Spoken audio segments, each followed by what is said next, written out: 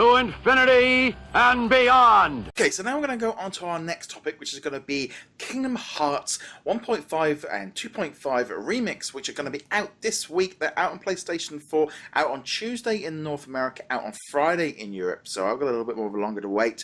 However, you've been a little bit lucky in that you've been able to hold your hands on it. I will say that I have got 1.5 and 2.5 on the PS3. However, I'm probably about 20 odd hours into Kingdom Hearts 1, so I haven't played it. Even though I've got them on discs, I've got them right here, but once I knew the remix versions were coming, I stopped playing. So, what's your initial sort of thoughts on the remix versions? Okay, so I have, just as a reminder to our viewers, never played Kingdom Hearts games before this. I did play 2.8, I did play 0.2, but that is all I've played of Kingdom Hearts before this point. So I can't necessarily talk about like how it compares to the original release or whatever, or even the PS3 release for that matter. But yeah, I'm having a lot of fun with them. Yeah. Most of my time has obviously been in the original game, Kingdom Hearts Final Mix, which is the first story, and coming from point 2, which is the short like prologue to 3 that will come like 5 years from now. The controls take some getting used to. Some of the systems take some getting used to. It takes a little bit of time to get started. Yeah. I hate the camera. Like if it was if it was a physical entity, I would strangle it to death. And the jumping too. The jumping is atrocious, and that is, to be fair, not part of the repackaging or the re-release. No. I assume that the original had the same basic jumping style. So I remember I was like that on the PlayStation 2 version. I was streaming at it. So I'm not going to hold that against it because I know that's original. Like when you're talking about a game like this, you always have to be like, yes, this was a problem back in the day, and it's still a problem now, but we can't really knock it now, and you can't judge it by the standards of now because it came out 20 years ago. You can only really judge it by, is it a good port? And the short answer to that is it a good port? Is yes. It is a very good port. They've upgraded the graphics. That was for the PS3 release. The frame rate is great. It's silky smooth. That actually comes with problems of its own, though. Yeah.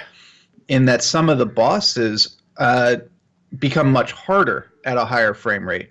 Now, I can't compare the bosses to the original, but I've read the reports on it, and people are like, this boss was hard before, and he's just impossible now. Yeah. Square has come out. They've said they're going to release a day one patch, which for America is today. For you guys will be later in the week. Whether or not that will actually fix it is a different matter. But you should know that going in. That this is actually harder now than it was in the original release. And I have encountered this bug myself, which is a save bug, where when you save the game, it will actually crash the game out, and it doesn't save the data when you save.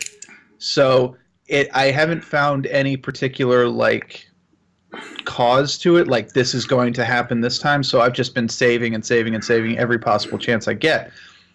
Sometimes it crashes. It's rare. I think it's only crashed 2 or 3 times in the number of times I've saved, but since Kingdom Hearts is a game from 20 years ago when like save anywhere didn't exist, you could end up in a situation where you've literally played for like an hour and a half, haven't saved, and now it's tried to save and you crashed out and you just lost that work. So that's frustrating. It might be one of those things where maybe saving twice. Maybe the patch could totally fix this. You could end up just like maybe having 2 save files at the same time, so it's not quite so bad.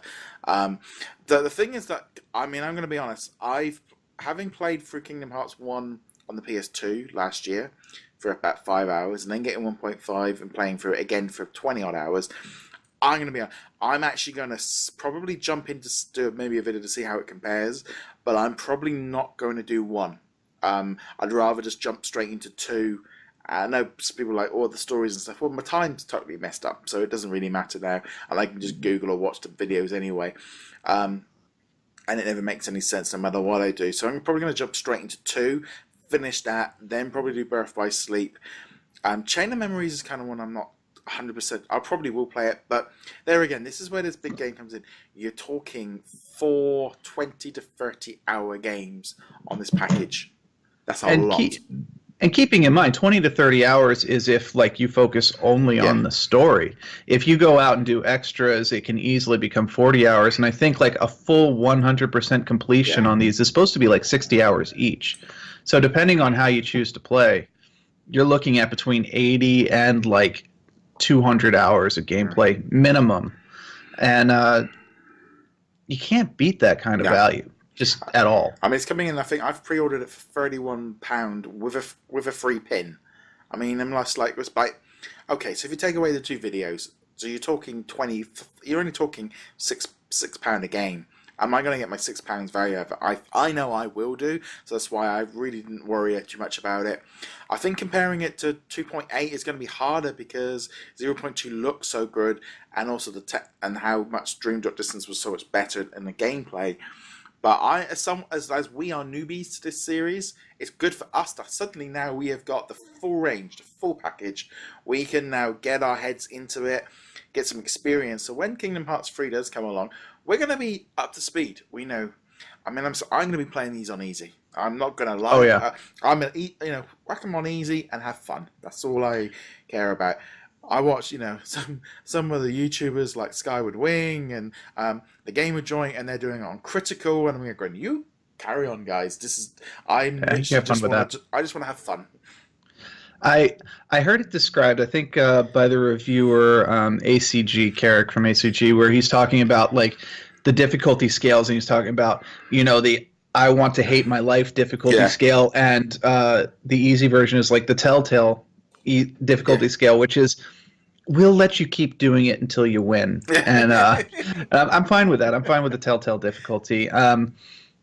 But yeah, going back to 2.8 briefly, for both of us, that wasn't necessarily the best value because there was a full game in there. There was a 30-hour plus game in there, but if you're coming into it without having played 1.5 and 2.5, it's not going to be a great introduction to the series.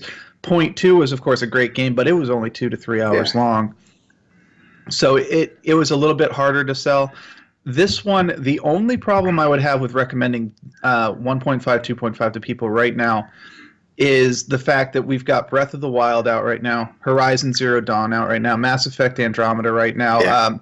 Even though the reviews weren't that great, Ghost Recon Wildlands also came out. That's a huge game. And then you've got like Destiny and Division and World of Warcraft also taking up time.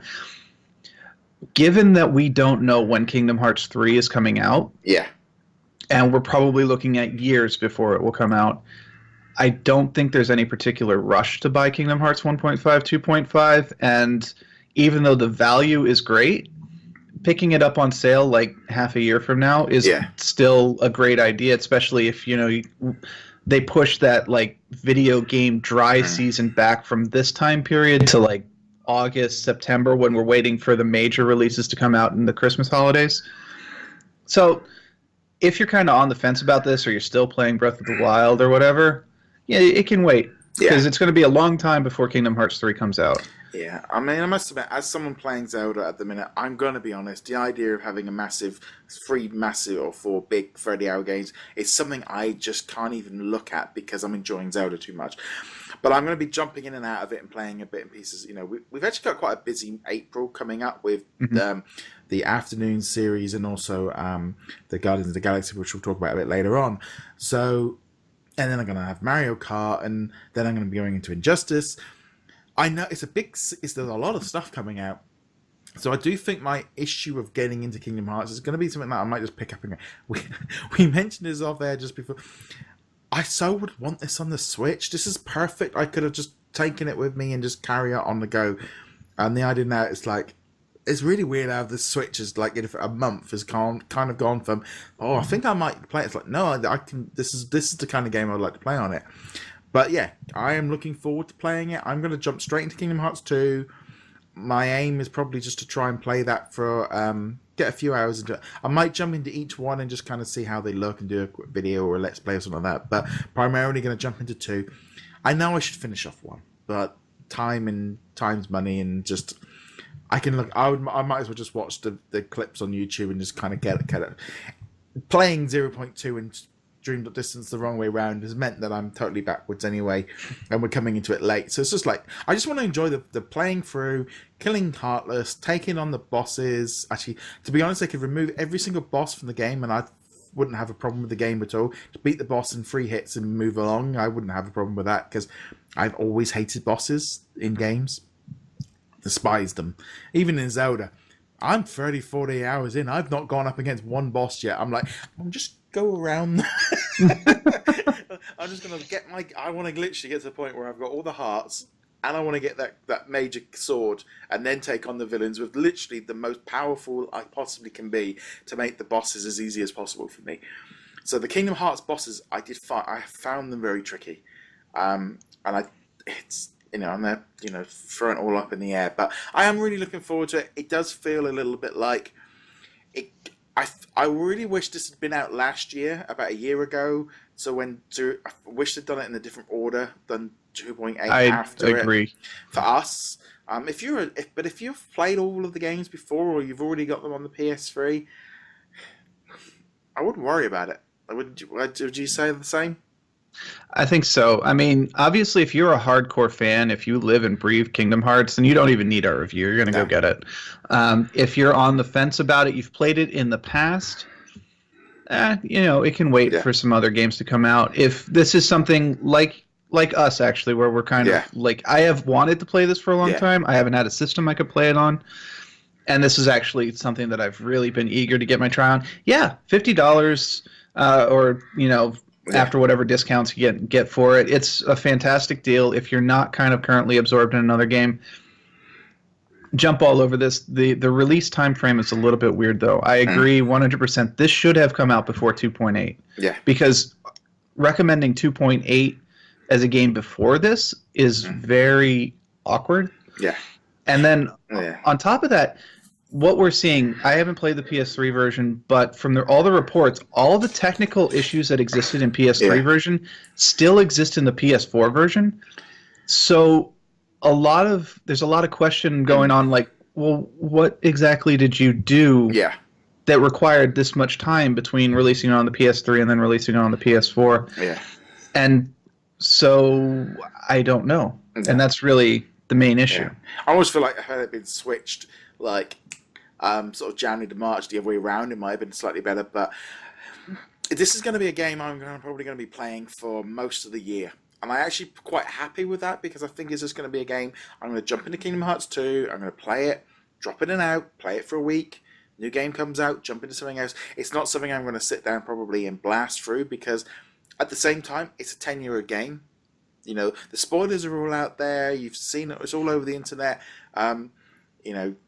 It's just that weird thing of the games are all over the place. So I'm actually more interested in playing, obviously, Kingdom Hearts 2, but Birth by Sleep, because of the characters of Aqua and stuff.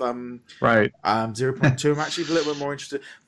Chain of Memories is not actually one I'm really... It never seems to come up really as being a game to play. Very often mentioned. Whether or not it's any good, I'll give it a go, but it's right at the end of the pile. It'll be Kingdom Hearts 2, Birth by Sleep, and then that.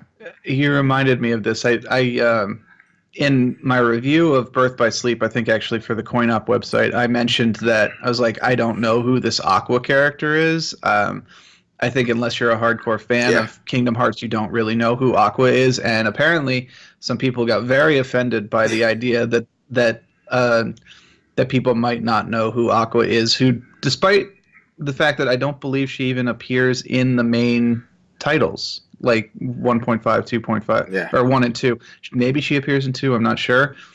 But, oh man, I got some flack for insinuating, and they're like, a true fan would know who Aqua is. I'm like, that's what I said. The thing is there is a massive collection of fans like us that maybe missed it, and even fans that maybe are a little bit younger that didn't kind of get in on this. And it is a perfect jumping on point with all this stuff. And the Kingdom Hearts, it's so complicated. I mean, even the new Union game is so complicated to work out what's going on. But if you just play through Kingdom Hearts 1 and Kingdom Hearts 2, you are still going to have a lot of fun. All the extra stuff is on the side. I kept hearing that Birth by Sleep was a really good game on the PSP. So I am quite happy to give that one a whirl. but like I said, you are going to get into it. I know, like, James from the Infinity Museum, I think there's quite a few Disney fans that we know for the Disney Infinity stuff that are looking at going, they want a Disney fix, and this is kind of offering them that opportunity, which at least tide them over till Cars comes out. But it's that feeling of, for Disney fans, this is a good opportunity. It should be a lot of fun. Obviously, we're going to talk about this a little bit more over the coming weeks when we kind of get into it and try it out, and kind of, I can play it as well. But it's very hard because it's just a remake. It's just a port. It's just a remaster. It's nothing new. These games are already out on the PS3. I've got them already in my... It's that weird thing of I've already got them, and I've had them for 6 months, so there's not going to be anything new or different here. It's just a fact it's easier because I don't have to drag the PlayStation 3 underneath, climb underneath the television, plug it all in, and yeah, it'll just be there along things, and it'd be a lot easier for me to play. But no, so... Absolutely. Anything else you want to add on Kingdom Hearts before we move on? One last thing, which I found very funny, which I was reminded of here at the end, is I'm sure that this was just boilerplate text from Squaresoft. It's just their usual NDA or whatever. But they came out and they're very specific. Make sure that you don't have any spoilers in your reviews. And like, sure, this game's been out for 2 decades, but we'll keep the spoilers out of the review for you. I mean, it's that thing is like, it's almost, I feel like I could have, if I put another 70 hours into, this is the kind of thing. There's gonna be a lot of reviews coming up, I suspect, on the websites. My review could even be a couple of months away, because I'm actually feeling like I want to review it and I want to get it out there, but I'm gonna rush, because it's not day one. It's not that kind of game, and with it being out in Europe, it's a few days later. It's like it's an old game. It's nothing, and unfortunately it's got to compete with Zelda. And I never thought I'd ever say that. If you said that to me a year ago, I would have been like, no, Kingdom Hearts, I really want to play it. And it's like, Zelda, nah, I've never been that interested. Now I'm like, I don't want to give my Switch back. It's a very unfortunate release window that they decided to put this out in. I think when they announced the time frame that was coming out, they didn't. Yeah. We weren't aware that Horizon was going to come out. We didn't know that Breath of the Wild was going to be out. And so it seemed like a perfectly safe time. We're just going to throw this out there during the doldrums, and then all of a sudden the Switch is out and Mass Effect is here. And people are like, I don't have time for 40-hour games. No. I'm already playing 40-hour games. No.